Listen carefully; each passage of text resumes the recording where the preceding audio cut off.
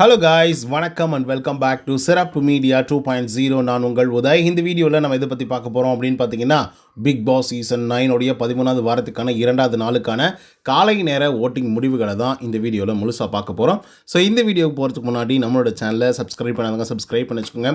பக்கத்தில் ஒரு bell icon இருக்கும், அதையும் ப்ரெஸ் பண்ணி ஹாலில் போட்டுக்கோங்க. அப்போ தான் நாங்கள் அப்டேட் பண்ணுற ஒவ்வொரு வருஷமும் உங்களுக்கு நோட்டிஃபிகேஷன் வந்து சேரும். அதை தாண்டி இந்த வீடியோவுக்கு குறைஞ்சபட்சம் ஒரு 1000 லைக்குன்னு எதிர்பார்க்குறோம். ஸோ லைக்கை போடுங்க, வீடியோ பாருங்கள். வாங்க இன்று வீடியோக்குள்ள வந்து போகலாம். நம்பர் 1 பொசிஷனில் யார் இருக்காங்க அப்படின்னு பார்த்தீங்கன்னா, த ஒன் அண்ட் ஒன்லி கானா வினோத் அவர்கள் தான் வந்து இருந்துட்டுருக்காங்க. ஸோ அவங்க வாங்கிய ஓட்டுகளோட எண்ணிக்கை அப்படின்னு சொல்லி பார்க்கும்பொழுது 35,002 ஓட்டுகளாகும். அண்ட் பர்சன்டேஜ் ஆஃப் ஓட்டிங்ஸ் அப்படின்னு சொல்லி பார்க்கும்பொழுது கிட்டத்தட்ட 25.26% இருந்துட்டுருக்காங்க நம்மளுடைய கானா வினோத் அவர்கள். ஸோ இவரை பொறுத்தவரையிலும் அட்டகாசமான வாக்குகளை வாங்கி கூச்சிட்ருக்காரு அப்படின்னு வந்து சொல்லலாம். பட் இவங்களுக்கு டஃப் கொடுக்கறதுக்கு திவ்யா கணேஷ் அப்படின்ற ஒரு ஆள் வந்து இருக்காங்க. ஸோ அதனால் கடைசி வரைக்குமே வந்து பார்த்திங்கன்னா யார் வின் பண்ண போகிறாங்க அப்படிங்கிறது வந்து தெரியாத ஒரு நிலைமைக்கு தான் வந்து பார்த்திங்கன்னா இந்த சீசன் 9 பொறுத்தவரையிலும் வந்து இருந்துகிட்ருக்கு. ஸோ இது எப்படி அமைக்க போகுது, எப்படி இவங்க மாற்ற போகிறாங்க அப்படிங்கிறத நம்ம பொறுத்துட்டு தான் பார்க்கணும். 2வது இடத்துல திவ்யா கணேஷ் அவர்கள் வந்து இருந்துகிட்ருக்காங்க. ஸோ அவங்க வாங்கிய ஓட்டுகளோட எண்ணிக்கை அப்படின்னு சொல்லி பார்க்கும்பொழுது 34,459 ஓட்டுகளாகும். அண்ட் பர்சன்டேஜ் ஆஃப் ஓட்டிங்ஸ் அப்படின்னு சொல்லி பார்க்கும்பொழுது கிட்டத்தட்ட 24.69% இருந்துகிட்ருக்காங்க திவ்யா கணேஷ் அவர்கள்.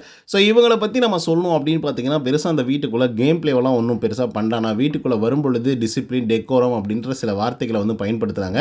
ஸோ அதுக்காகவே இவங்களுக்கு மிகப்பெரிய அளவில் ஃபேன்ஸ் வந்து உருவாக்குறாங்க அப்படின்னு வந்து சொல்லலாம். அப்பப்போ சின்ன சின்ன ஃபைட் வந்து எடுப்பாங்க. பட் அது அர்த்தமற்றான ஒரு ஃபைட்டாக வந்து இருக்கும். அண்ட் மற்றவங்களுக்கெல்லாம் பிரச்சனை வரும்போது அக்கா எப்பயுமே நின்றுருக்காங்க. ஸோ அதனால் அவங்களுக்கு ஒரு அப்ளாஸ். 3வது இடத்துல விஜய் பார்வதி வந்து இருக்காங்க. 16,459 ஓட்டுகள் வந்து வாங்கியிருக்காங்க. அண்ட் பர்சன்டேஜ் ஆஃப் ஓட்டிங்ஸ் அப்படின்னு சொல்லி பார்க்கும்பொழுது 12.64% இருந்துட்டுருக்காங்க விஜய் பார்வதி அவர்கள். ஸோ இவங்களை பொறுத்த வரலையும் ஒரு நல்ல பிளேயர், அட்டகாசமான ஒரு பிளேயர் அப்படின்னு வந்து சொல்லலாம். அந்த பேட் டச், குட் டச், அப்புறம் அன்வான்ட் டச் அப்படின்ற ஒரு விஷயத்தில் வந்து மாட்டியிருக்காங்க. ஸோ எனிஹாவும் அது மறுபடியும் பேசும் பொருளாக மாறி இருக்குது. ஸோ அதனால் பார்வதி அவர்களுக்கு அது ரொம்ப முக்கியமான ஒரு பங்கு ஆற்றும் அப்படிங்கிறதுல மாற்று கருத்தே இல்லை. ஒன்று இவங்க மேலே ஏறலாம், இல்லைனா இறங்கலாம். 4வது இடத்துல கமருதீன் இருக்கார். அவர் வாங்கிய ஓட்டுகளோட எண்ணிக்கை அப்படின்னு சொல்லி பார்க்கும்பொழுது 12,679 ஓட்டுகளாகும். அண்ட் பர்சன்டேஜ் ஆஃப் ஓட்டிங்ஸ் அப்படின்னு சொல்லி பார்க்கும்பொழுது 8.47% இருந்துட்டுருக்காங்க கமருதீன் அவர்கள். ஸோ இவரை பற்றி சொல்கிறதுக்கு ஒன்றுமே இல்லை மக்களே. மறுபடியும் அந்த பேட் டச் அப்படின்னு சொல்லிட்டு அதையே வந்து கொண்டு வந்துட்டுருக்காப்புல. அது ஆக்சுவலாக பேட் டச் இல்லை, அன்வான்ட் டச். ஆக்சுவலாக 2 பேருமே தப்பு பண்ணியிருக்காங்க. ஸோ கம்முன்னு வந்து இருக்கணும். ஆனாலும் 2 பேருமே வந்து பார்த்திங்கன்னா பயங்கரமாக ஆடுறாங்க. அதில் குறிப்பாக கமருதீன் தேவையில்லாத இந்த ஒரு விஷயத்தை வந்து ரொம்ப இழுத்து அவர் பேர் அவரே கெடுத்துக்கிற மாதிரி வந்து ஆயிடுச்சு. 5வது இடத்துல விக்ரம். அவர் வாங்கிய ஓட்டுகளோட எண்ணிக்கை 11,170 ஓட்டுகளாகும். அண்ட் பர்சன்டேஜ் ஆஃப் ஓட்டிங்ஸ் அப்படின்னு சொல்லி பார்க்கும்பொழுது 6.81% இருந்துட்டுருக்காங்க நம்மளுடைய விக்ரம் அவர்கள். ஸோ இவர் வந்து பார்த்திங்கன்னா எப்பவுமே அம்பியாக இருக்கக்கூடிய விக்ரம் அவர்கள் அந்நியனாக மாறிடுறாங்க. ஸோ இவர் எப்பெல்லாம் அந்நியனாக மாறுறாரோ அப்போல்லாம் வந்து சரியான ஒரு டவுன்ஃபாலை வந்து பார்த்திங்கன்னா சந்திக்கிறாப்புல. ஸோ எனக்கு தெரிஞ்சு வீட்டுக்குள்ளே நல்ல பையனாக இருந்த விக்ரம் அவர்கள் இப்போ மோசமான ஒரு பையனாக வந்து பார்க்கப்படுகிறார் அப்படின்னு தான் வந்து சொல்லணும்.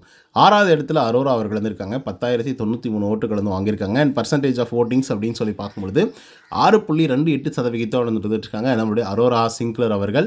ஸோ அரோராவை பொறுத்தவரையிலும் நல்ல பாயிண்ட்டாக பேசி நல்ல வாக்குகளை வாங்கி சூப்பராக வந்து பார்த்திங்க அப்படின்னா நல்ல ஒரு சர்வை கேம் வந்து பார்த்திங்கன்னா வீட்டுக்குள்ளே வந்து விளையாடிட்டுருக்காங்க. அண்ட் தப்பு அப்படின்னா டக்குன்னு வந்து தப்புன்னா கேட்டுறாங்க. ஏன்னா நேற்று கூட வந்து விக்ரம் வந்து நீங்கள் இந்த மாதிரி பேசியிருக்கக்கூடாதுங்க, அது ரொம்ப பெரிய தப்புங்க அப்படின்ற மாதிரி சொல்லிட்டு இருந்தாங்க. ஸோ அதெல்லாமே பயங்கரமாக ஸ்கோர் பண்ணக்கூடிய ஒரு இடம். அது அழகாக ஸ்கோர் பண்ணிடுறாங்க.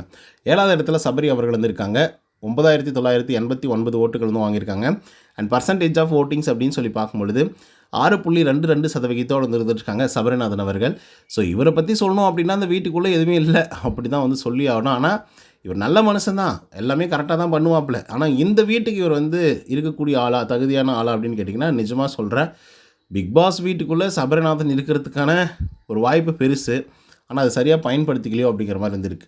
அதுக்கடுத்து 8வது இடத்துல வந்து சாண்ட்ரா வந்திருக்காங்க. அவங்க வாங்கிய ஓட்டுகளோட எண்ணிக்கை அப்படின்னு சொல்லி பார்க்கும்பொழுது 9,920 ஓட்டுகளாகும். அண்ட் பர்சன்டேஜ் ஆஃப் ஓட்டிங்ஸ் அப்படின்னு சொல்லி பார்க்கும்பொழுது 6.21% இருந்துட்டுருக்காங்க நம்மளுடைய சாண்ட்ரா சேச்சி அவர்கள். ஸோ இவங்களை பற்றி நம்ம சொல்லணும் அப்படின்றது எதுவுமே பெருசாக வந்து இல்லை. ஏன்னா இவங்க உள்ளர வரும்போது டைட்டில் வின் பண்ணுற அளவுக்கு வந்து பார்த்திங்கன்னா பயங்கரமான ஒரு ஸ்கோப் வந்து இருந்தது. பட் அது வந்து ரொம்ப மிஸ்யூஸ் பண்ணிட்டாங்களோ அப்படிங்கிற மாதிரி வந்து தோணுது. 9வது இடத்துல சுபிக்ஷா வந்திருக்காங்க. 6,996 ஓட்டுகள் வந்து வாங்கியிருக்காங்க. அண்ட் பர்சன்டேஜ் ஆஃப் ஓட்டிங்ஸ் அப்படின்னு சொல்லி பார்க்கும்பொழுது 3.42% இருந்துட்டுருக்காங்க நம்மளோட சுபிக்ஷா அவர்கள்.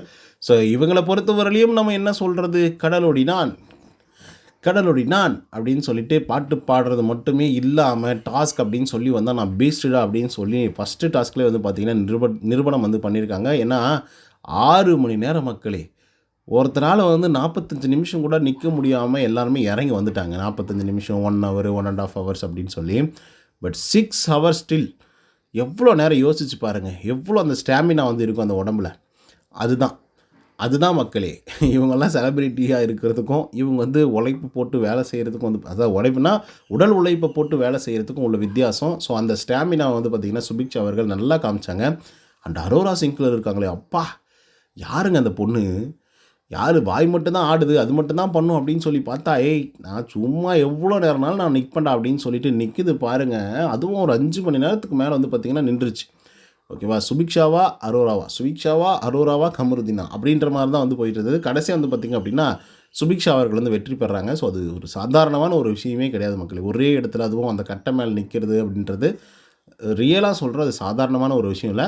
ஸோ ஃபிசிக்கலாக ரொம்ப ஃபிட்டாக இருக்கிறவங்களால மட்டும்தான் வந்து அந்த இடத்துல வந்து நிற்க முடியும். 6 ஹவர்ஸ் வந்து ஃபுட்டு இல்லாமல், யூரின் போகாமல், மோஷன் போகாமல், பாஸ் பண்ணாமல் எவ்வளோ விஷயங்கள் வந்து இருக்கும்ல, தண்ணி குடிக்காமல் எவ்வளவோ விஷயங்கள் வந்து இருக்குது. ஸோ அத்தனை விஷயங்களையும் தாண்டி அவங்க வந்து நிற்கிறது அப்படிங்கிறது சாதாரணமான ஒரு விஷயம் இல்லை. பட் சுபிக்ஷாவுக்கு இது வந்து ஒரு ரீஎன்ட்ரி மாதிரி, அவங்க வந்து மறுபடியும் ஒரு ரீசான்ஸ் மாதிரி வந்து பார்த்திங்கன்னா அவங்க ரியலாகவே வந்து உணர ஆரம்பிச்சிட்டாங்க. ஸோ அதன் காரணமாக வந்து பார்த்திங்கன்னா விடவே கூடாது, நான் எப்படி இருந்தாலும் டிக்கெட் டு ஃபினாலே வந்து அடிக்கணும் அப்படின்ற ஒரு முடிவில் வந்து இருக்காங்க.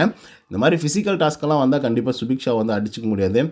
ஆனால் பார்ப்போம், ஃபிசிக்கல் டாஸ்க் மட்டும் தான் வைப்பாங்களா அப்படின்றது தான் ஒரு பெரிய டவுட்டு. ஏன்னா டிடிஎஃப்பை பொறுத்த வரலையும் எல்லா கைண்ட் ஆஃப் கேம்ஸும் வந்து இருக்கும். ஒரு பக்கம் வந்து ஃபிசிக்கல் டாஸ்க்கும் வந்து இருக்கும், ஒரு பக்கம் வந்து பார்த்திங்க அப்படின்னா மென்டல் பேஸ்டு டாஸ்க் வந்து இருக்கும். அதாவது உங்கள் டேலண்ட்டை வந்து இது பண்ணுற மாதிரி ஒரு டாஸ்க்கும் வந்து இருக்கும். அதே போல் வந்து பார்த்திங்கன்னா ஃபிசிக்கல் ப்ளஸ் மென்டல் ரெண்டும் சேர்ந்த மாதிரி ஒரு டாஸ்க் வந்து இருக்கும். ஸோ இந்த மாதிரி எப்படியெல்லாம் கொடுக்க முடியுமோ அப்படியெல்லாம் வந்து கொடுப்பாங்க. கிட்டத்தட்ட ஒரு 7லேருந்து ஒரு 10 டாஸ்க் வந்து கொடுப்பாங்க. ஸோ அதுக்கான பாயிண்ட்ஸ் வந்து கொடுப்பாங்க. ஸோ இப்போ அந்த பாயிண்ட்ஸ் லீடிங்கில் வந்து பார்த்திங்க அப்படின்னா நம்மளுடைய சுபிக்ஷா அவர்கள் தான் வந்திருக்காங்க.